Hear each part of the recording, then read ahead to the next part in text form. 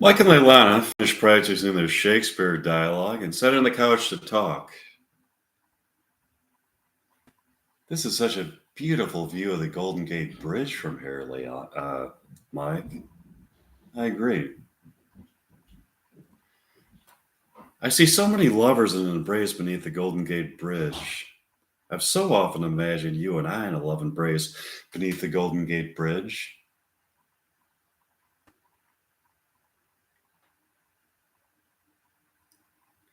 It is so wonderful to finally be with you.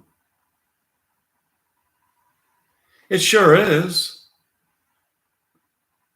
By the Golden Gate Bridge, I can feel a beautiful glow in my heart that keeps me aware of our destined love with Leilana.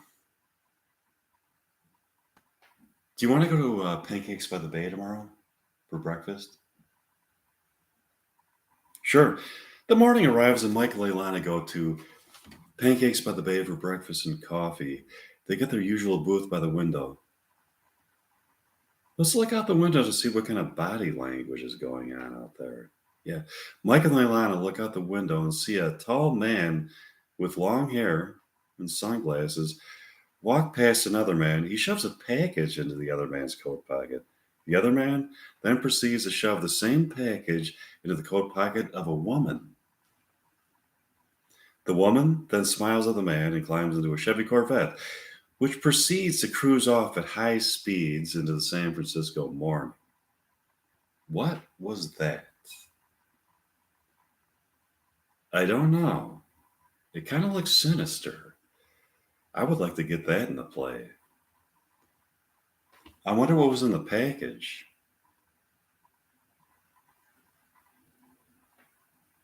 I don't know. I hope it wasn't top secret plans drawn up by aliens to take over the earth. Come again? Wow. That's a wild speculation. Well, sometimes my imagination runs wild, Leilana. I think about the possibility of aliens actually existing on other planets. I then think of possible ways that they might travel here and assimilate into our society, convincing us that they are also Earthlings, when they are actually aliens involved in some kind of conspiracy. Or that package could have just been something that was ordered by somebody. In any event, I want to know more about this. Oh, thanks for the thumbs up. I hope you subscribe to my YouTube channel. um, it just seems too suspicious to me. I can see from the body language there's something going on. I want to find out. How are you going to find out? I have a feeling they'll be back tomorrow. We'll come back tomorrow to Pancakes by the Bay and see.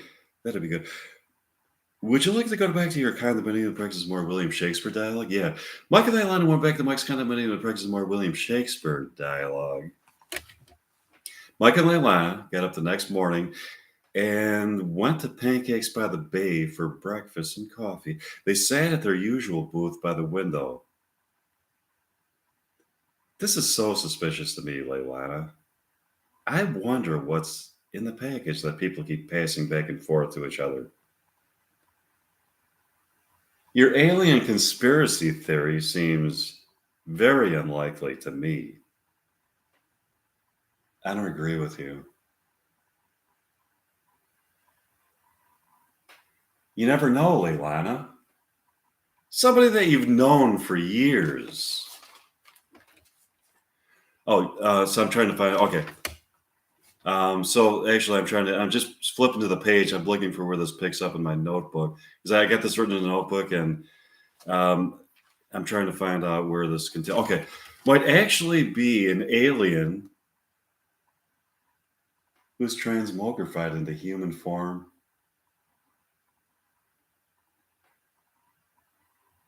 Some people may be the spawn of aliens. They aren't even aware of it themselves. Maybe someday an alien spaceship will come and take these alien spawn to their true homes on some distant planet.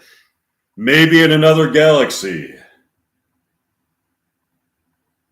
Let's get this straight, Mike.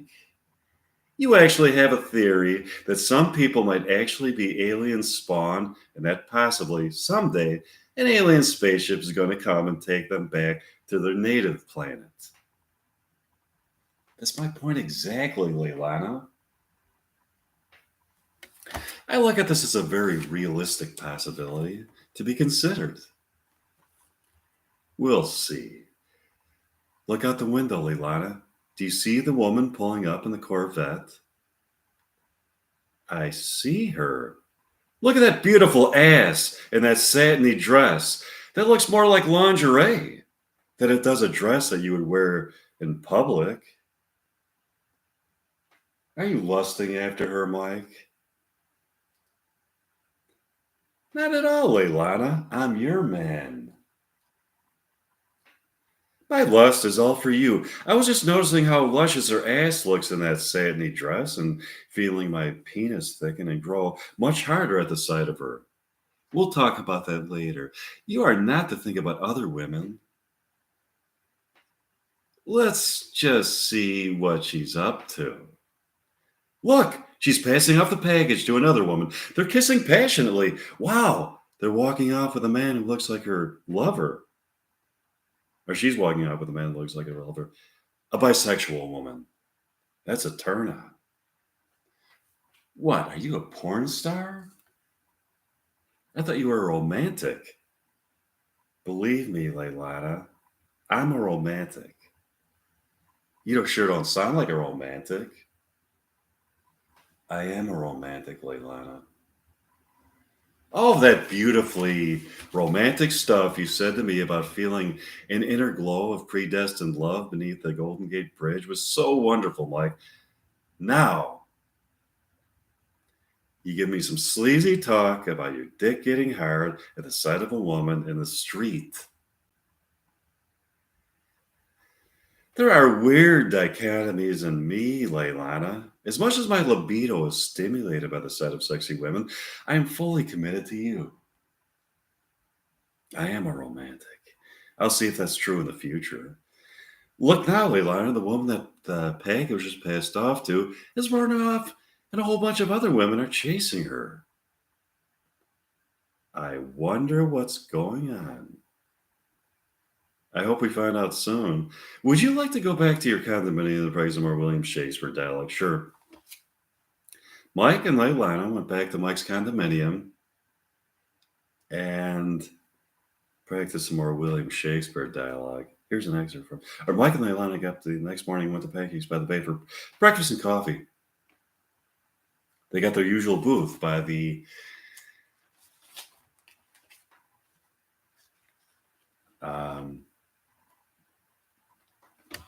window where they could observe people and interpret their behaviors. Are you enjoying the coffee this morning, Leilana? It's wonderful. I'm thinking about that package. I wonder what's in it. Whatever it is, people seem to hold it to be of great importance. I have a theory that it could be plans drawn up by aliens. We're disguised here on Earth. Plans for the takeover of Earth. Here you go with your alien conspiracy theory again. I certainly doubt that is accurate. It's probably just business documents or something. Then why are you people so intrigued by it? As if it was a crucial issue. People get upset at each other about little things. I'm going with my alien conspiracy theory. I seriously doubt it. Look, Leilana, there's a tall woman with long hair passing the package to another tall woman with long hair. I see it. All of a sudden, the woman to whom the package was passed to looks at Mike and Leilana and with an intense fury for several minutes. She then proceeds to get into her Corvette and drive off into the San Francisco morning. I really want to know what is going on. So do I. Would you like to practice some more William Shakespeare dialogue? Sure. Mike and Leilana practice some more William Shakespeare dialogue. Mike and Leilana got up the next morning and went to Pancakes by the Bay for breakfast and coffee. They got their usual booth by the window. It is so nice to be in love with you, Leilana.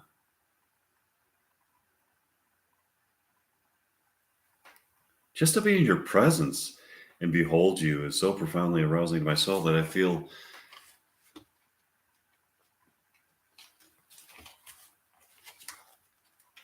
a kind of light in my soul that illuminates it from within, awakening it to the true meaning of beauty as epitomized by romantic love. I feel that way myself, Mike. All of a sudden, a woman pulls up in a Corvette. It's the woman that Mike and Leilana saw with the package yesterday. Do you see that? Yes, I see it. It's that woman with the package. All of a sudden, the woman takes out the package. From out of the package, she pulls an object with a multi-dimensional shape that glimmers in the sunlight. For instance, it seems as though another dimension has revealed itself. It was only shown for a few seconds, but Mike and Leilana saw a landscape of the most beautiful colors and exotic shapes they have ever seen. They both felt their souls aroused by a keen awareness of hidden realities. Wow, that was amazing. It sure was. Suddenly, the woman got back in her Corvette and drove off. Would you like to go back to my condominium and praise more William Shakespeare dialect? Sure. Michael Landon and praise more William Shakespeare dialect. Michael Landon thoroughly enjoyed the performance of William Shakespeare dialect.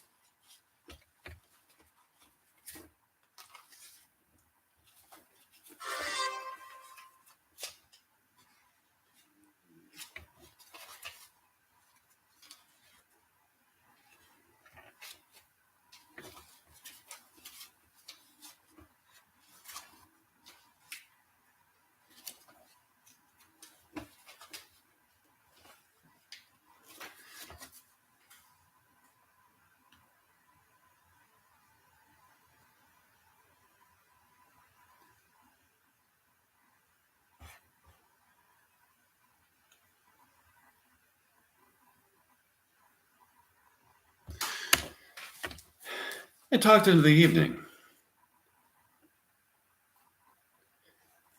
That was fascinating yesterday, wasn't it? Yeah. That multidimensional object that the woman in the Corvette pulled out was very intriguing. Now that we know what it is that was in the package, or now we know what it was that was in the package. Next, I want to know what the purpose of it is. So do I. People seem to be guarding it and hiding it. They pass it back and forth to other people. We have some clues. Yes, we have some clues. What would people be passing back and forth to each other and hiding? We've seen that this object opens up another dimension. We saw the beautiful colors and objects in that dimension that can only be seen there. In that dimension, I saw only beauty. This world can be both beautiful and disturbingly hideous. But that dimension revealed itself to be entirely beautiful. Could it be some kind of utopia? That's interesting. I've often thought about utopia myself. I wonder if it's possible. Some kind of world of perfection where there is only physical beauty and human behavior. This world is a far distance from that. I often wonder why this world can't be a place where people only experience joy, beauty, kindness, and pleasure. Because a lot of people are miserable. They have a jaded perspective. They are set in their ways. They see life as a series of hardships that must be endured rather than a series of transcendent experiences that can elevate the human soul and put them in touch with the type of love that illuminates their souls from within as an unearthly glow emanates from their bodies. And they sure don't see it that way. But some people do see it that way, Leilana, such as you and I. We are idealists. We are idealists. I think that's part of why we are in love. Do you want to go to Pancakes by the Bay for breakfast and coffee? tomorrow? Yeah, sure. The next morning arrives. The next morning arrived, and Mike and Leilana wet the pancakes by the bay for breakfast and coffee. They got their usual table. Mindy, their favorite waitress, waited on them. Good morning, Mike and Leilana. How does morning find you? Morning finds us in a very interesting situation, Mindy. Leilana and I are pondering many deep questions. We have found that the object that people have been passing back and forth to each other is an object that gives people a view into another dimension. It seems to be some kind of ideal dimension of love and beauty. That sure isn't what we experience every day here on Earth. No, Mindy, it sure isn't. I often think that if that's not the goal of human existence, then what is? We should be trying to build a world like that. Humans have shown so much brilliance in a lot of things. I agree. Hey, look, it's that same woman in the Corvette.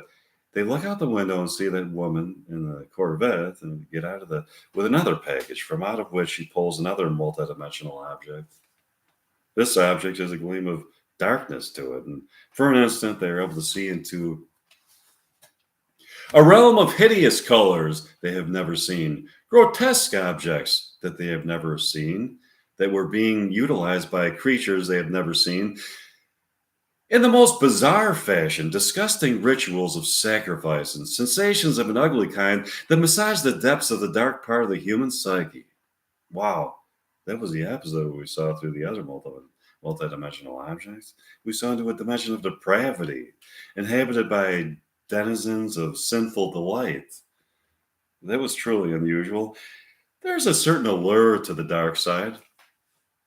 I think that the key to an ideal human existence, after having seen that, is to understand how to integrate dark and light elements of the human experience into a purely wonderful and life affirming whole that emphasizes the love of what it means to be human while experiencing love in all of its earthly and transcendent manifestations. I agree. Would you like to back to my condominium to some William Shakespeare dialogue? Sure. Mike and Leilani went back to Mike's condominium to some more William Shakespeare dialogue. Let's see. Oh,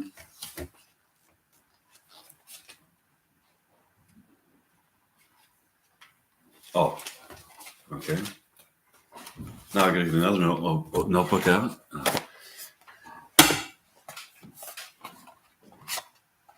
So let's see.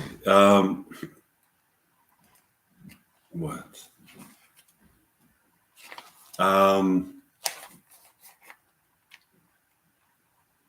Where does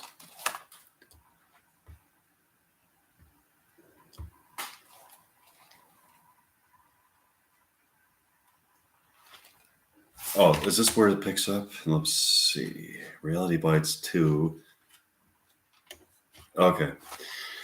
Mike and Leilana went to Pancakes by the Bay the next morning, for pancakes and coffee. They got their usual table by the window. What do you think of what we saw yesterday? It certainly was intriguing.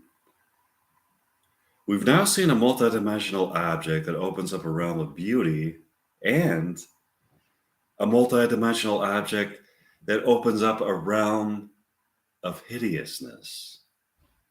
Yeah, they seem to be trying to conceal both the multidimensional object that opens up a realm of beauty and the multidimensional object that opens up a realm of hideousness.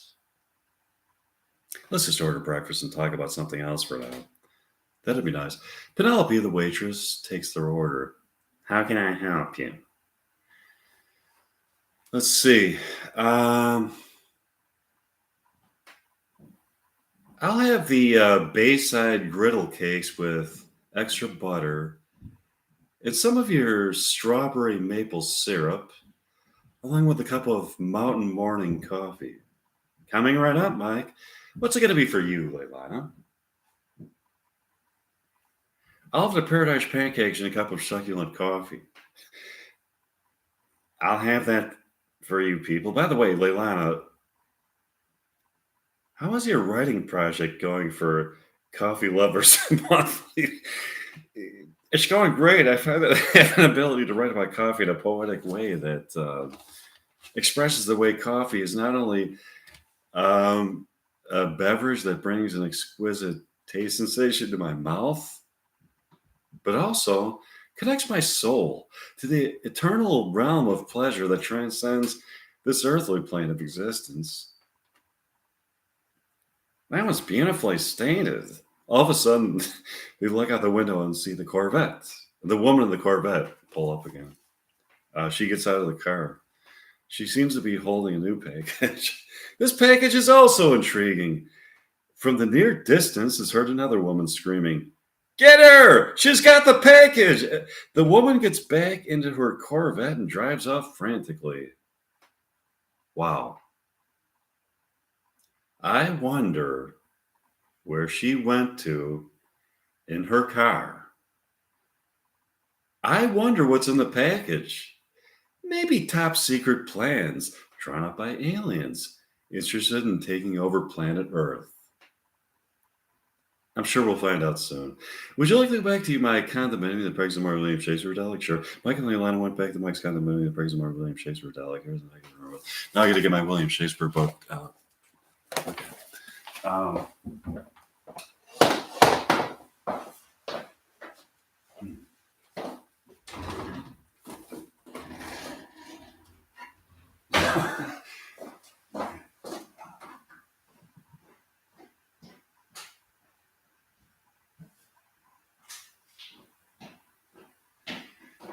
let's see.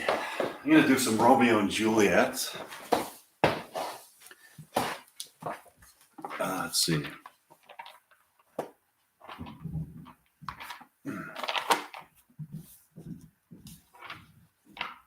Okay.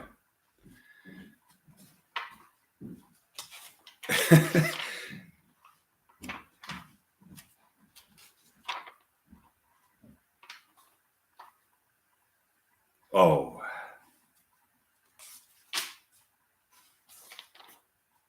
Scene 2, Capulet's Orchard. Enter Romeo. He just has scars that never felt a wound. Enter Juliet by the window. But soft, what light through yonder window breaks? It is the east, and Juliet is the sun. Arise, fair sun, and kill the envious moon, who is already sick and pale with grief, that thou her maid art more fear that she be not her maid.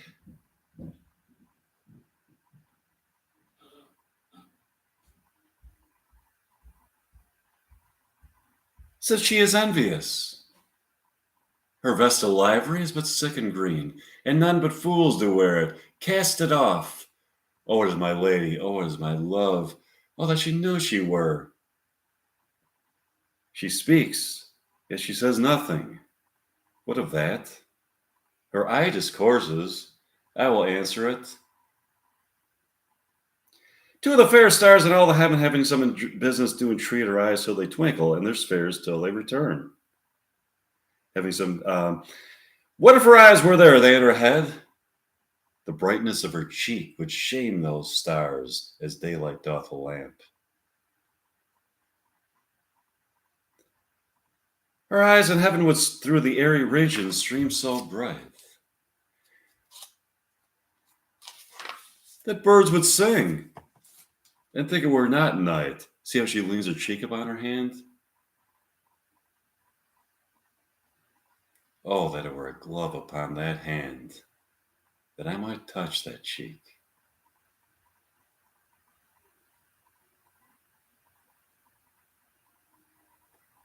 I mean, she speaks. Oh, speak again, bright angel, for thou art as glorious to this night being over my head as is a winged messenger of heaven unto the white upturned wondering eyes of mortals that fall back to gaze on him when he bestrides the lazy pacing clouds and sails upon the bosom of the air. Oh, Romeo, Romeo, wherefore art thou Romeo? Deny thy father and refuse thy name. Or if thou wilt not, be but sworn by love, and I'll no longer be Capulet. Shall I hear more, or shall I speak at this? 'Tis but thy name that is my enemy. Thou art thyself, though not a Montag. What's a Montag? It is nor hand nor foot, nor arm, nor face, nor any of the part belonging to a man. I'll be some other name. What's in a name? That which we call a rose by any other name would smell as sweet. So Romeo would, were he not Romeo called, retain that dear perfection which he owes without that title. Romeo, doff thy name. And for thy name, which is no part of thee, take alms. I take thee at thy word. Call me but love, and I'll be nude baptized. Henceforth, I never will be Romeo. What man art thou that thus bescreamed the night, so stumbles on my counsel? By name I know not how to tell thee who I am. My name, dare say, is hateful to myself because there's an enemy there, and I had written I would tear the word. My ears have not yet drunk 100 words of thy tongue's uttering, yet I know the sound. Art thou not Romeo and Amante? Neither fair maid, if either thee is like. How canst thou hither, tell me, and wherefore? The orchard walls are high and hard to climb, and the place death, considering who thou art, if any of my kinsmen find thee here.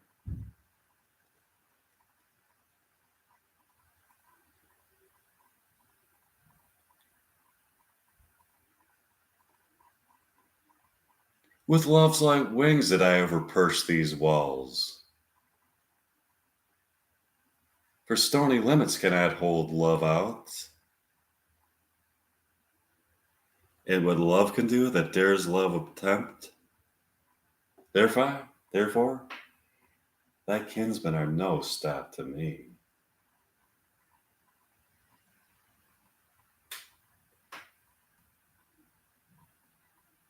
If they do see thee, they will murder thee.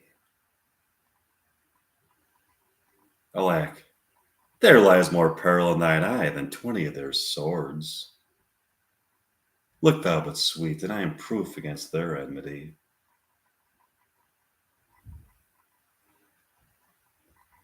I would not for the world they saw thee here. I have night's cloak to hide me from their eyes. And but thou love me, let them find me here. My life were better ended by their hate than death prorogued wanting of thy love. By whose direction foundst thou out this place? By love that first did prompt me to inquire. He lent me counsel, and I lent him eyes. I am no pilot, yet wert thou as far as that vast shore, washed with the fire of the sea, I should venture for such merchandise. Thou knowest the mask of night is on my face, else would a maiden blush bepaint my cheek. For that which thou hast heard. Okay, I'm going to skip over to. Okay, wait. Lady, by yonder blessed moon, I swear that tips with silver all those fruit tree tops. Oh, swear not by the moon, the inconstant moon, that monthly changes in her circled orb, lest that thy love prove likewise variable. What shall I swear by? Do not swear at all, or if thou wilt, swear by thy gracious self, which is the god of my idolatry, and I'll believe thee. Okay, 1,000 times good night. 1,000 times the worse to want thy light. Love goes towards love as schoolgirls from their books, but love from love toward school with heavy looks. Re-enter. Okay, I'm going to go to the end of the play now. Okay, let's see. Okay. Give me that mattock and the wrenching iron. Hold, take this letter early in the morning. See thou deliver it to my father.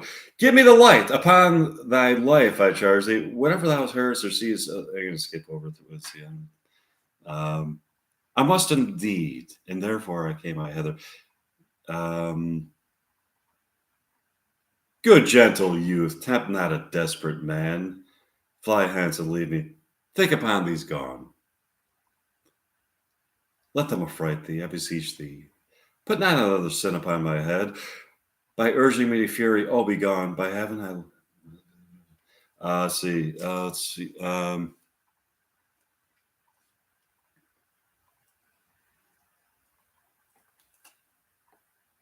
Just going to go right to the end of it.